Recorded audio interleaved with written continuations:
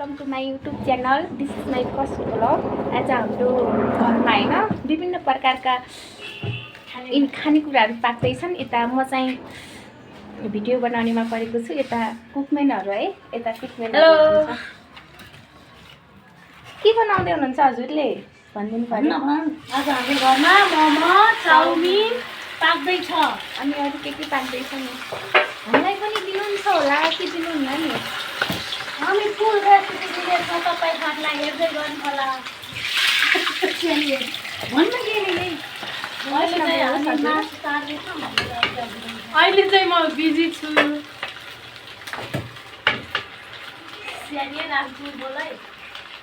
त्यस्तै खाउँ जस्तो छ त। यो के रहेछ भनिदिनु पर्यो क्या हजुरले?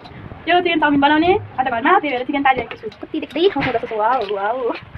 हेलो आइ भन्नुहुन्छ कि तपाईँ यो के गराउँदै हुनुहुन्छ नि? म चाहिँ यो पिठो बस्दै छु। केसको लागि होला? रोटी यो मोमोको लागि हो, मोमो बनाउनको लागि। वाउ।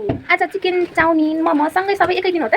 आज खाना मन लाग्यो, त्यसैले एकै दिन पकाएर खाँदैछौँ। ल सबैलाई चखाउँ है। कार्यक्रम विशेष भन्नु न। शनिबारको आज विशेष दिन शनिबार परेकोले हामी आज खाना अझै पछि खाना मिल्दैन।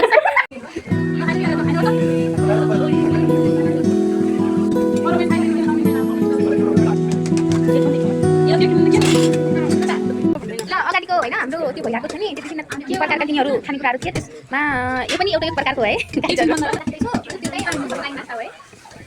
मोमोहरू खाने आज नास्ता शनिबारको नास्ताहरू शनिबार विशेष कार्यक्रम हो न। छोराछोरी हो नि नास्ता है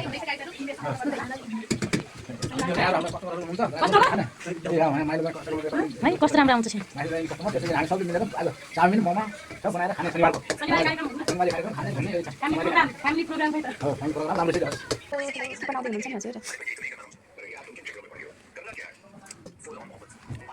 तपाईँ के बनाउँदै हुनुहुन्छ यतातिर?